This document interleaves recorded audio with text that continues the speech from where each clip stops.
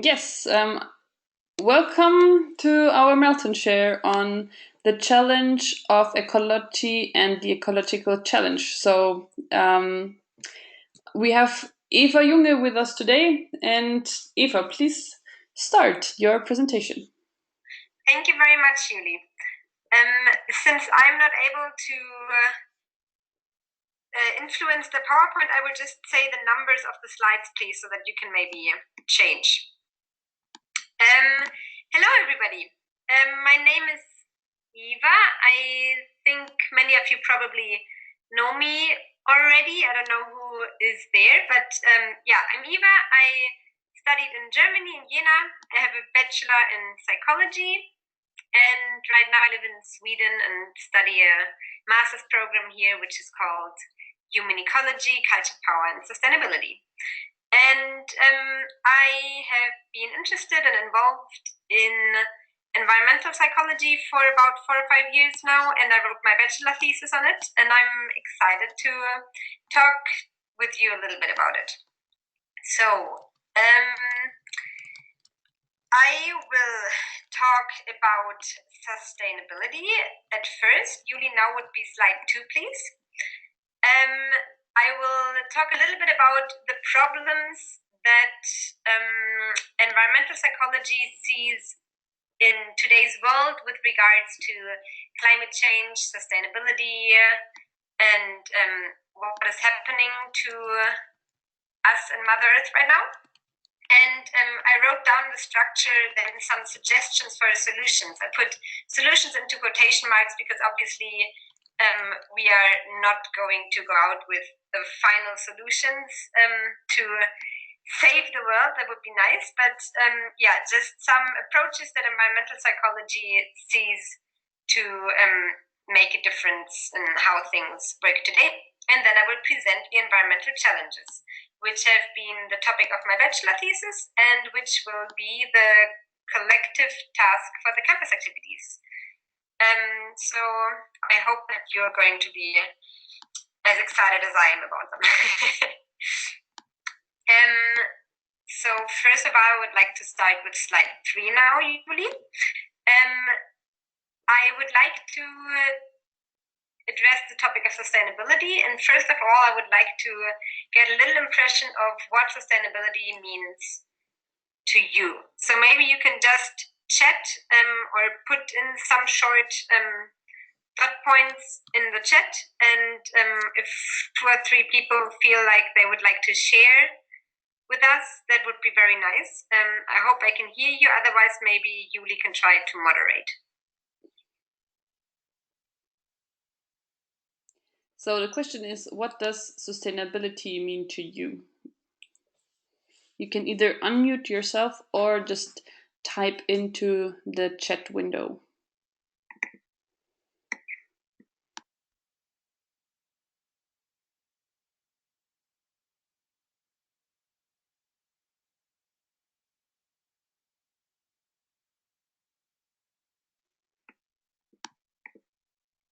Okay, so we have Connie saying balance between society, economy, and environment. We have Charlotte saying something like don't use more than we have in question of resources. And we have Sabello saying using resources wisely.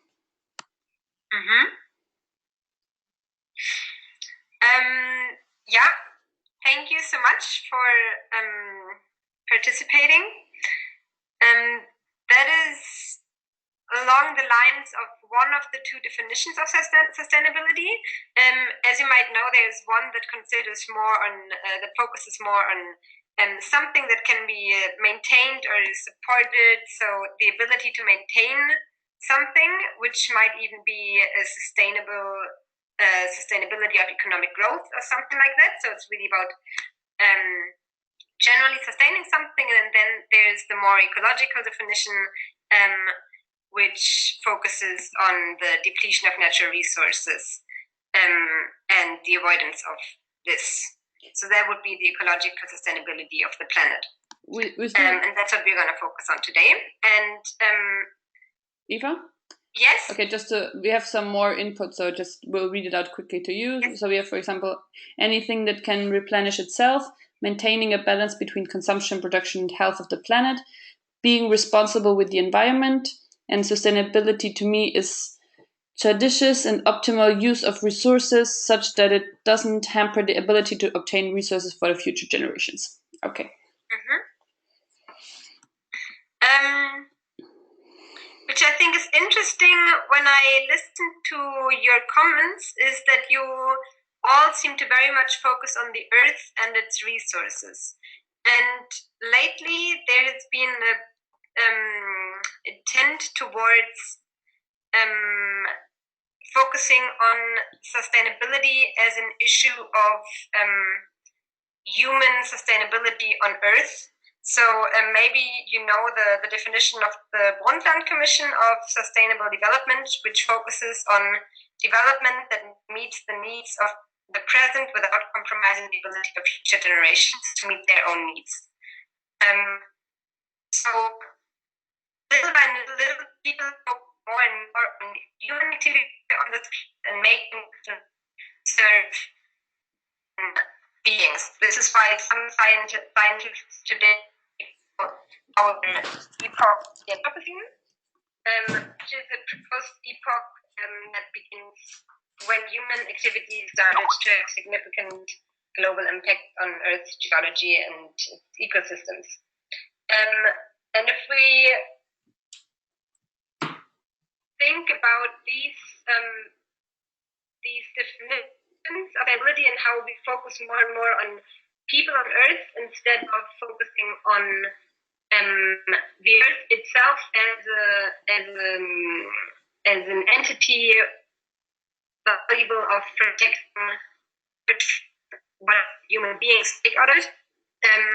It raises a lot of questions about which system we live, feasibility of living a sustainable lifestyle today, and when we consider how many of us just in this country maybe live in a good society, how many of us live in a system that depends on economic growth, I guess that would be about all of us. And by this, every influence that we do on the planet, all our consumption patterns, our transportation system, how we live, what we consider a living standard, how we build up our own identity is very much shaped by the system that we live surrounded in. And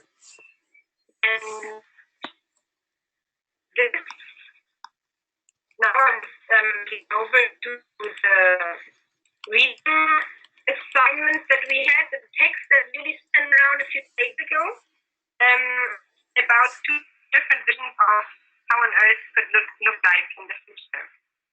And first of all, I would like to ask you what you noted down, how you felt while reading these stories.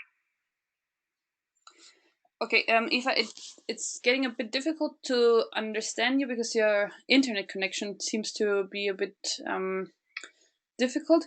Okay, so just repeat the question. Eva asked, we sent you like 2 stories before, and the question is like, if you have read the stories, like how you feel about them. And which emotions came up? Like, what were your feelings while reading the stories?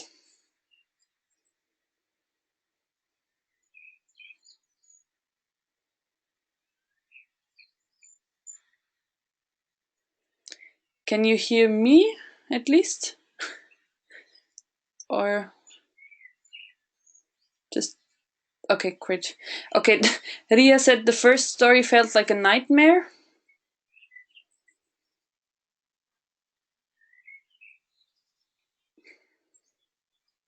Eva, you can still hear me, right? I hear everything, yes. Okay, great. Okay, now your signal seems to be better. And the second, she says, felt like a fairy tale. Okay.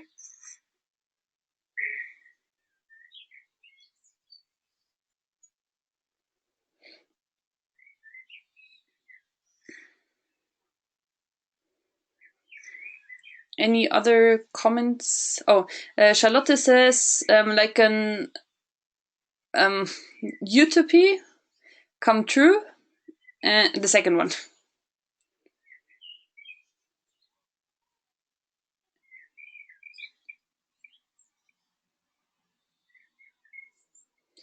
Pooja says, for me, the first story was inspiring and hopeful, gave me something to work at. The first one tried to create panic and fear, and I personally didn't feel motivated to act on the issue based on the feeling it instilled me.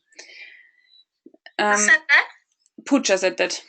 Mm-hmm. And Ria said, she added, but yes, the second story made me imagine an ideal world which I had almost forgotten. Moria says, the second story seemed too good to be true. And Pooja says, sorry, the second story was hopeful.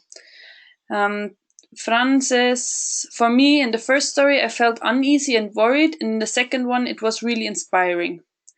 Akshay says, I agree with Ria. The first one was quite intense, a real eye-opener, because sometimes the scale of the issue gets lost. Yes, thank you. That is very much along what also was to be expected by the authors. And this now leads us over to environmental psychology, because emotions play a very, very big role in daily life, basically always. And psychology has worked a lot on these. And emotions have, in psychological terms, three components, which is first of all bodily sensations. So there's a reason why they're called feelings. It's thoughts and it's action tendencies. And I would like to focus now more on the action tendencies, because what Pooja just said and some others are that different emotions trigger different action tendencies in us. And when you think about the stories and what kind of action tendencies they triggered in you, it seems that the story which makes you afraid and fearful and worried rather inhibits people to actually act and do something. And the hopeful story is more positive, and people actually are inspired. They have a broader view of behavior possibilities, and their sense of how they could affect the change is not narrowed, but rather widened. And this is a very typical example of ecopsychology. So now we're on slide 5. Yes, we are. Because ecopsychology studies the relationship between human beings and the natural world through ecological and psychological principles. So there is a difference between environmental psychology, which focuses on the environment in people. So that in a building might be interested in environmental psychology as well. And ecopsychology would really focus on ecology as well. Ecopsychology tries to use of psychology in order to affect change and have a sustainable world. And Eva? there's debate about whether that could already be called manipulation or not. But yeah, personally, I feel that is a very important field, and it has a population, I think, that always being manipulated in some way. And know that the economy is using a lot of psychological insights to make people buy things they might not actually need or not even really want. And yes, so this is basically the answer to that a little bit. I have been working with the IPU, the Initiative of Psychology and Ecology in Germany, for over 4 years now. I'm part of the board of directors since 3 years in Germany, and we meet at least twice a year in conferences and discuss a lot about issues and how can I know in the field of ecology. Yes, and with this, I would like to lead over to slide 6, where there's some psychological variables which are important. Eva? Yes? It's super difficult to understand you. Let's see if the connection gets better again. Or maybe just to speak up more slowly. Maybe that helps. Okay. I will try to speak more slowly. Can people hear me? Now it's better, I guess. Okay.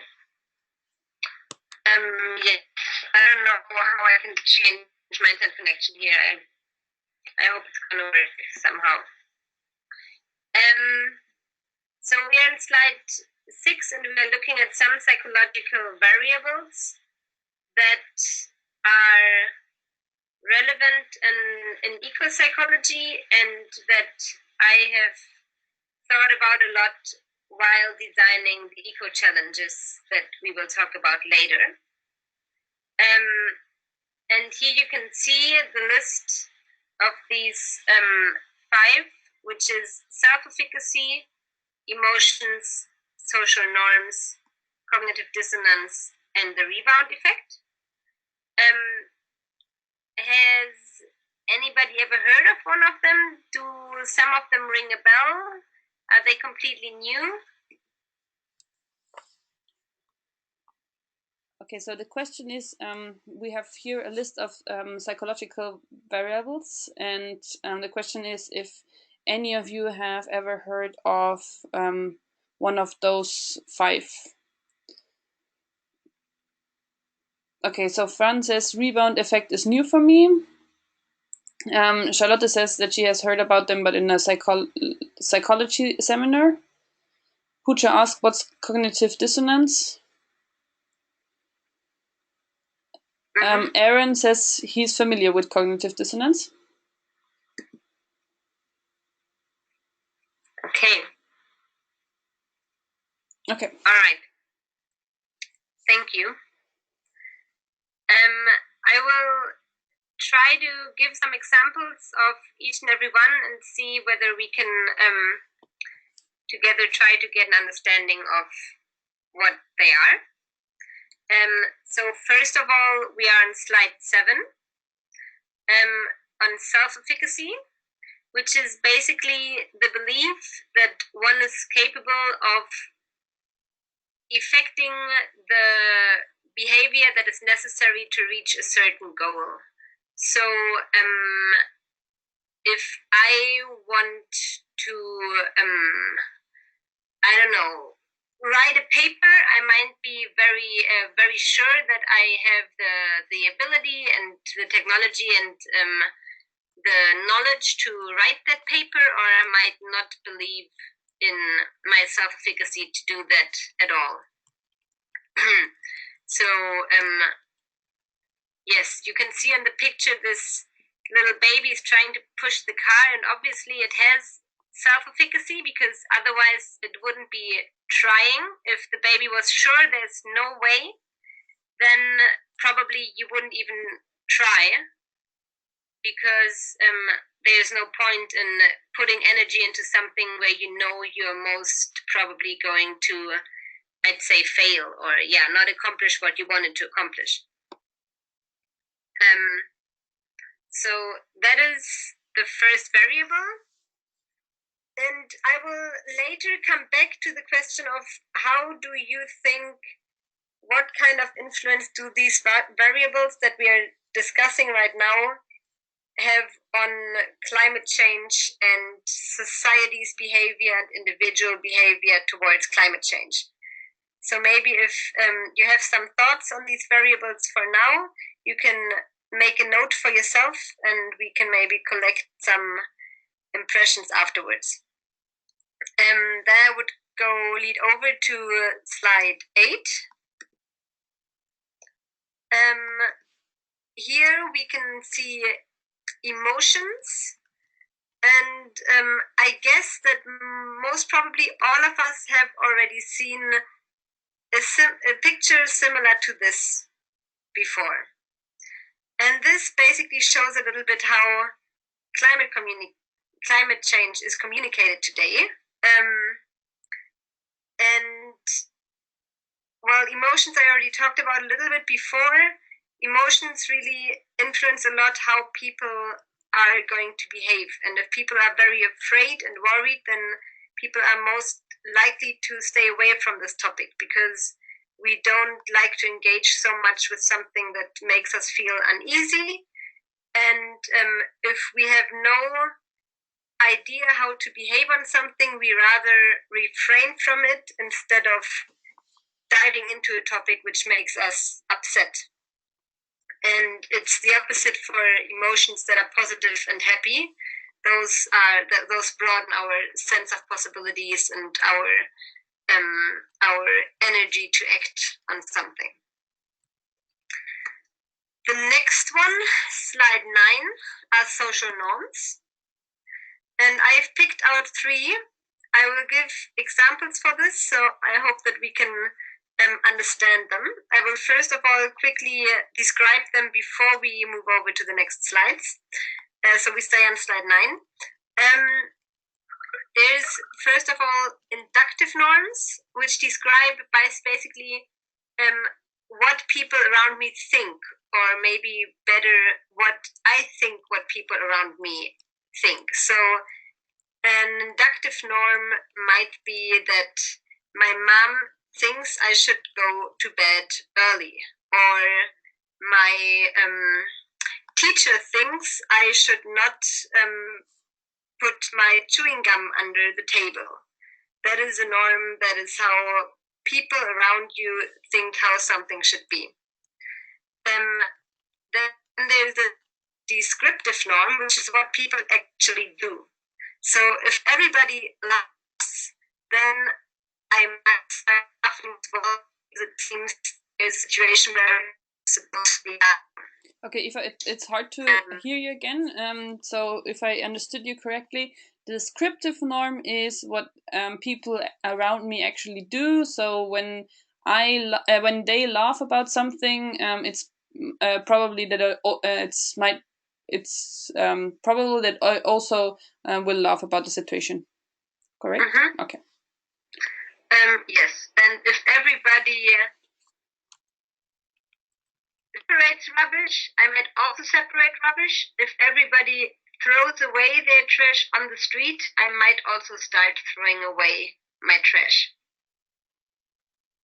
And then there's the personal norm, which is what people in my close surroundings are doing. So I think it's easy to imagine that my mother or my best friend have a bigger influence with their norms on me than somebody that I don't even know, that I met on the street, that is not very important to me. Can we still hear me? Yes. Perfect. So then I would go to slide 10 now and ask, this is an example of what kind of norm? There was the descriptive, the injunctive, and the personal.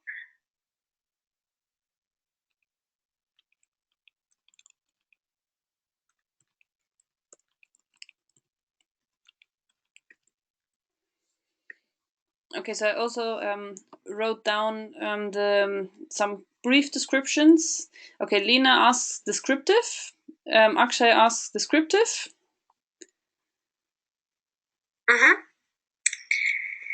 Yes, thank you. Yes, that is descriptive, because everybody's looking up, and even though maybe I don't really know why, I start looking up as well, because everybody's doing it, so it seems to me as okay, again you're cutting. Okay, again you're cutting. So because everybody's looking up, I'm also looking up because it's just like the descriptive norm. Mm-hmm. Really? And we'll over to slide.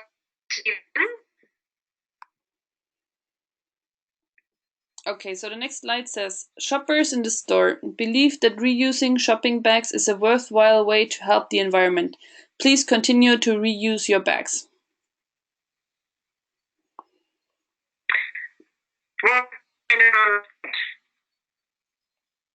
Okay, what norm do you think is that?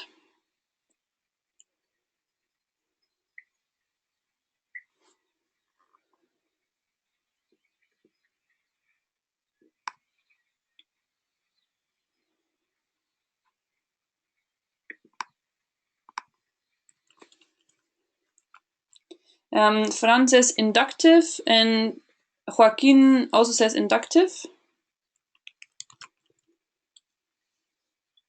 Tito also says inductive. Yes, that's correct. A friend of mine had actually done a study about towel reuse. Maybe you have seen a hotel that there's a sign which says, please help us and reuse your towel. Okay, we can't hear you.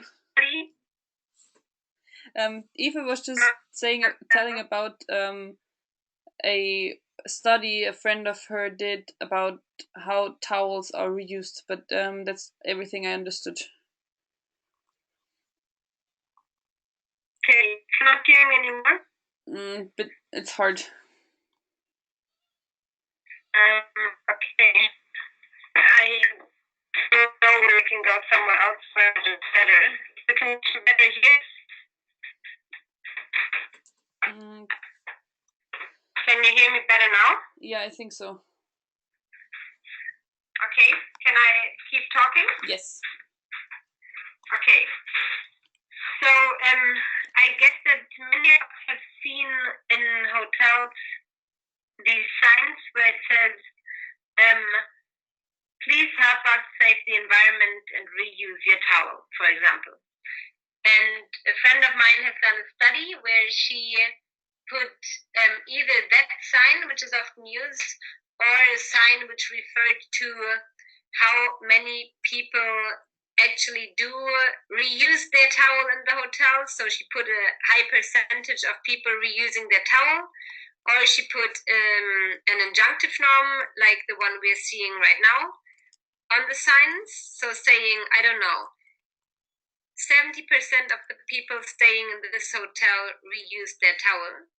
And she found that these kinds of social norms had a much bigger influence on people and changed their behavior more than a sign which asked people to protect the environment, which is a weird insight, but at the same time, it is useful to know for future issues like this, like a sign. Maybe people feel more inspired to act if they feel that their surrounding is acting like this, more than for the sake of a very distant help us save the environment. Okay, so the next one is going to be cognitive dissonance, because we often have certain values or ideals in our mind, and they contradict with our action. So I think the most popular example would probably be smoking. That people kind of know that it's not very healthy and kind of know that it would probably be better for them not to smoke, but they still do it. And that is something that makes us feel very uneasy, because there's this, I think the word cognitive dissonance already describes it very nicely. We have this tension within ourselves, because obviously our values and our actual behavior contradict. And often what people do to get away from this unpleasant feeling is that they devalue one of the two, which is often their values. So they would maybe say, oh, but just because of some cigarettes, I'm not going to die immediately. And this is something that we can see very much today concerning climate change as well. That people kind of know that we really have to change something drastically as soon as possible, and that already there's big catastrophes happening and nature, environment, flora, fauna being destroyed, but somehow actually their own lifestyle is contributing to this. And this is a cognitive dissonance that many people live with, and which leads to people maybe not thinking about environmental issues as much, or refraining from the topic, or saying, well, but it's not just because I use plastic bags that this is happening. That's there's other things that are much more important. So that is another important variable. And then last but not least is rebound effect. So we're going to start now. So often we have something, people riding a bicycle. And then somebody comes and gives you a helmet. Okay, it's Eva, we can't hear you again. Okay, let's see. Can you hear me? Yeah, now it's better. Okay. So if somebody is wearing a helmet. No, sorry, it doesn't. Okay, I will jump in, okay? So the rebound effect is basically if you trying to, for example, in this example, you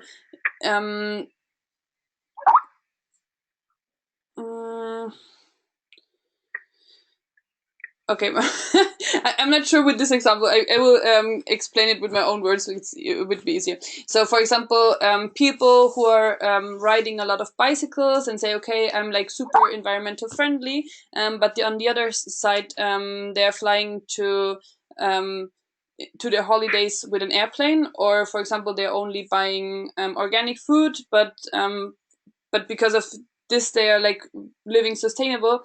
On the other side, they say, okay, then I can like or maybe just like for example, using a car which uses less petrol, but then I drive more, or things like this, like which okay, Eva, are you there again? Mm-hmm. Okay, let's try. I am. Okay, cool. Yeah, no. Thank you. Yes.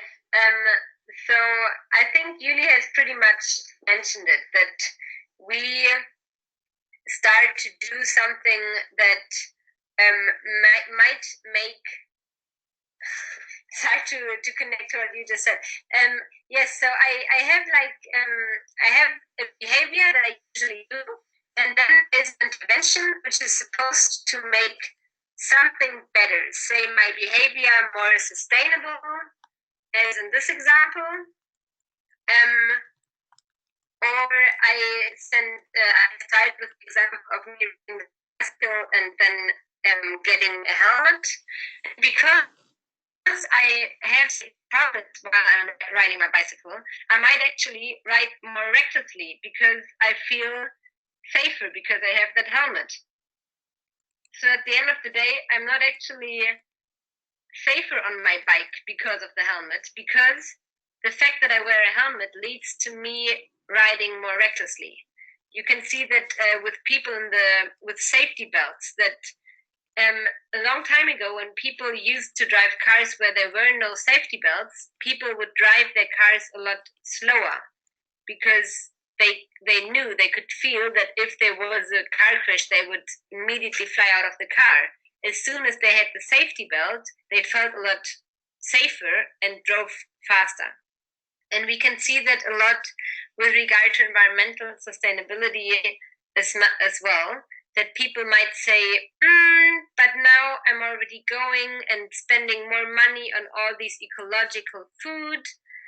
I might as well take the plane on my next holiday or whatever. There's a lot of re-justifying, well, but I'm already doing this, then I can do this.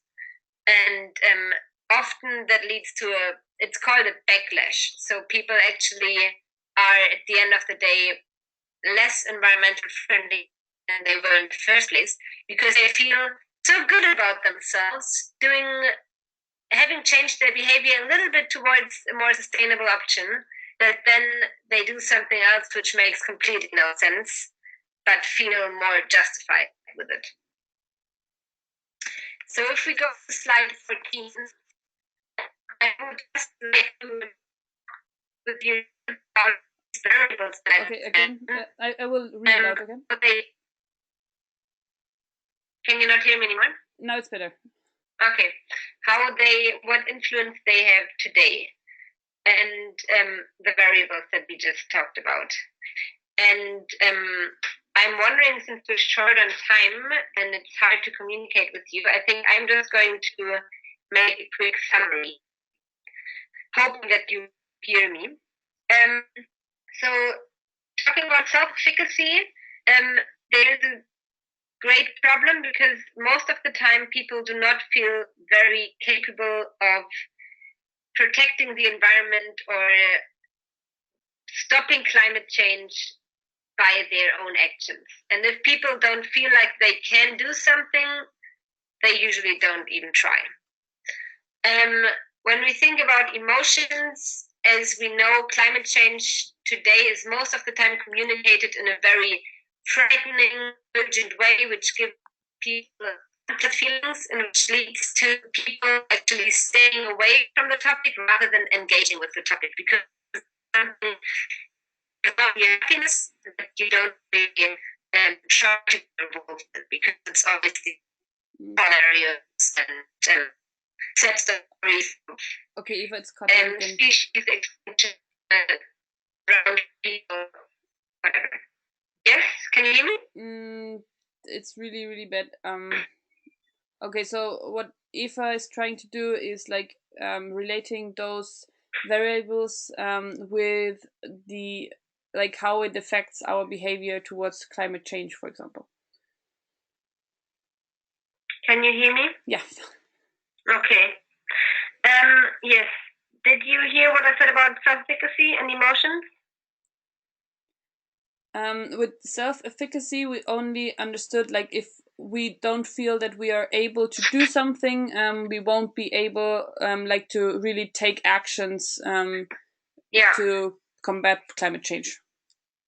Exactly. And most of the time, since climate change is a huge issue, people do not feel like they themselves with their own action can actually do something.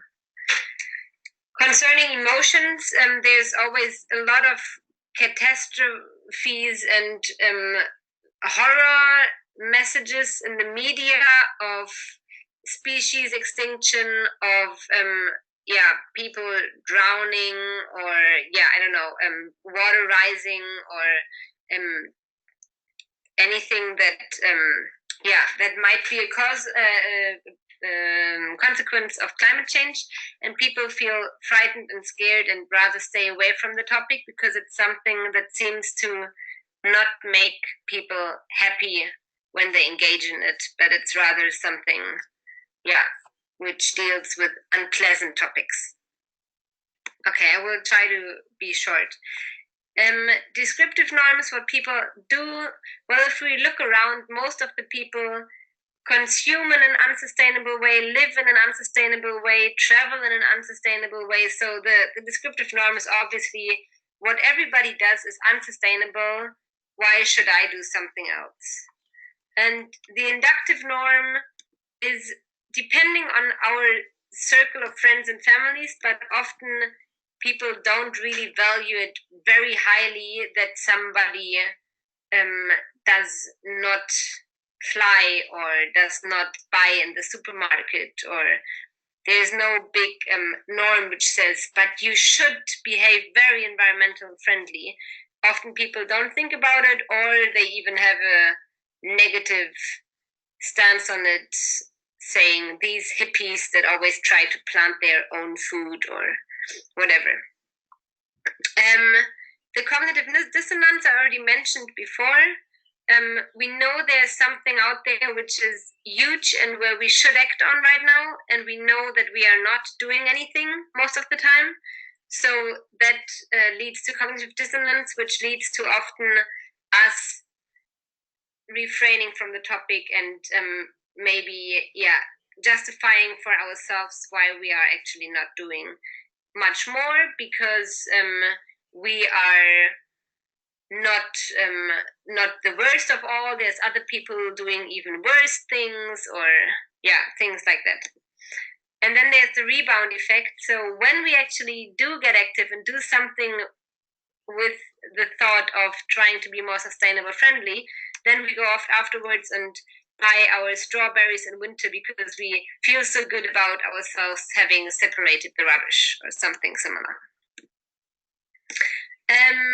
So now I am trying to get to a finish. I hope you can still hear me. Yes, we can hear you perfectly fine. Good, perfect. So I had some of these variables in mind, and I thought how I could design a tool which would be fun for people and engage people more than scaring them away with catastrophic messages. And I designed these. Well, I didn't. I did it together with two friends who also study psychology. And I don't know whether you've seen these playing cards, Judy. Has anybody seen these playing cards before? If they have opened already their campus activities, then they do. Okay. Olena says yes. Okay. On slide 15, we can see them again. So these are playing cards, which give a little challenge to people. And if somebody does this challenge, he or she can inscribe his or her name and the place where he or she did the challenge, tick it off, and give the card to somebody else in order to challenge this other person to also do the same thing. And this is, I think, a nice approach to encourage people to behave more sustainably, because it, first of all, is more fun than maybe a photo of a drowning ice bear.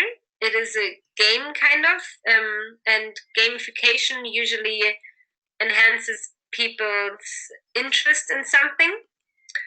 Then there's a descriptive norm. There's people before me that are doing something. I might even know these people if the card is circulating within my circle of friends and families.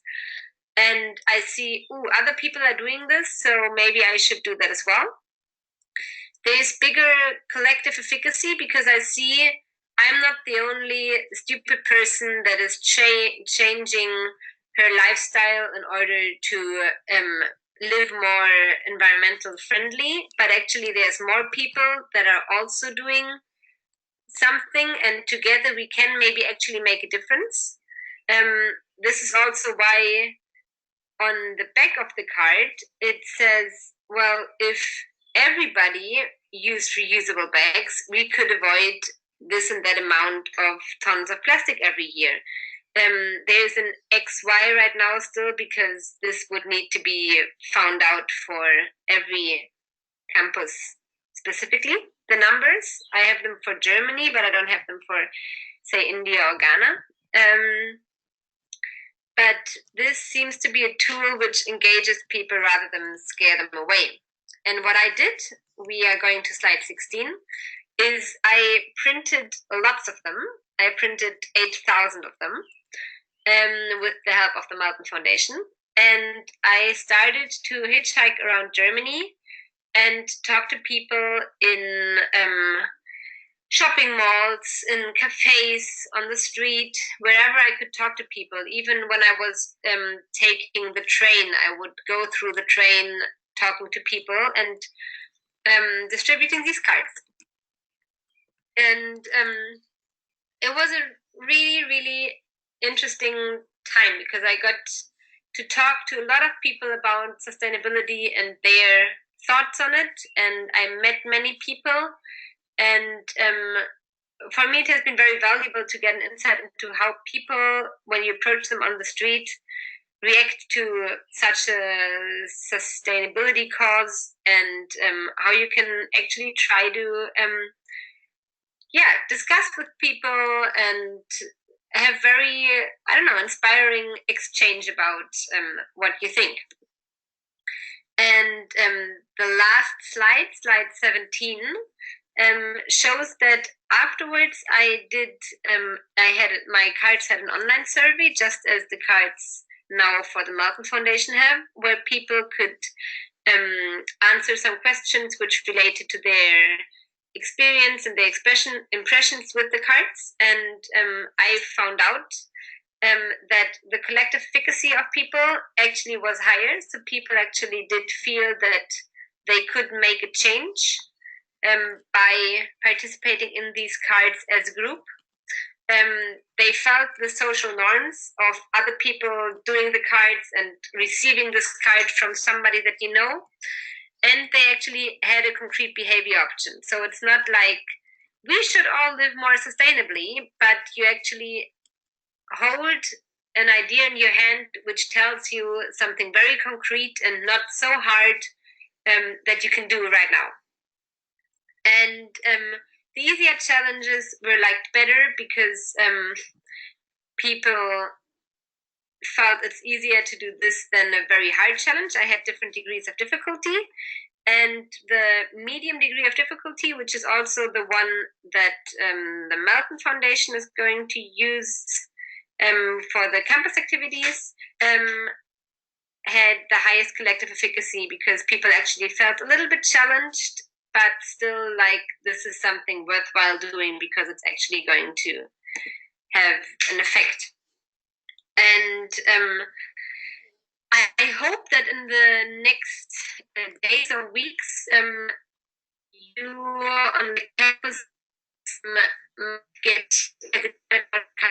Okay, it's breaking. Eva? Sorry. Yes. It's breaking again. So I guess you wanted to say that you hope that soon these cars will be spread all over the campuses, I guess. Yep. And so as Eva already said, this will be also part of your campus activities, pre-GCC campus activities, and you already received the information, and you can always contact Eva or myself, and let's see if the connection works again. Hello. No. Can you hear me? Not that good. Okay.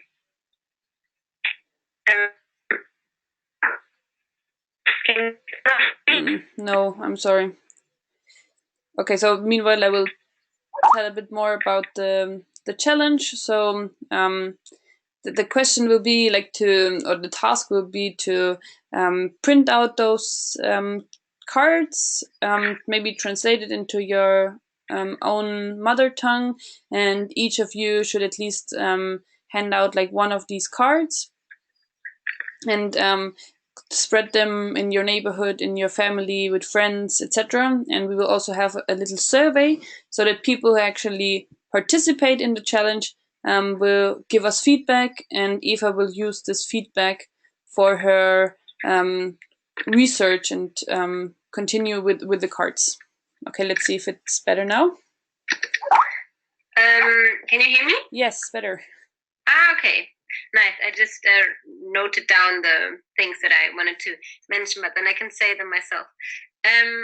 Yes, so I would love to hear a little bit about what you thought about your emotions towards climate change, or how you perceive people's emotions on this topic.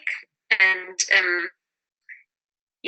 anything goes. It would be interesting, I think, to get into the discussion of how we feel in this world, in this system, about climate change. Maybe start distributing some of the cards. It would be amazing to hear what your experiences with the cards are, since I've been over a year now distributing these cards. I still do when I'm in Germany. And it would be very nice to hear a little bit what people you met, what discussions you had. And I have one link for a video on slide 18. Maybe Yuli can send around the link via the GoToMeeting chat as well. And I hope that you maybe feel a little bit inspired to talk a little bit about what you think about sustainability and climate change and how you feel about it. If you have any other questions on eco-psychology or any feedback or would like to discuss about it more, I would love an email. And thank you for trying to listen to me. I'm very sorry that this has been so cool. Slide 19 now. And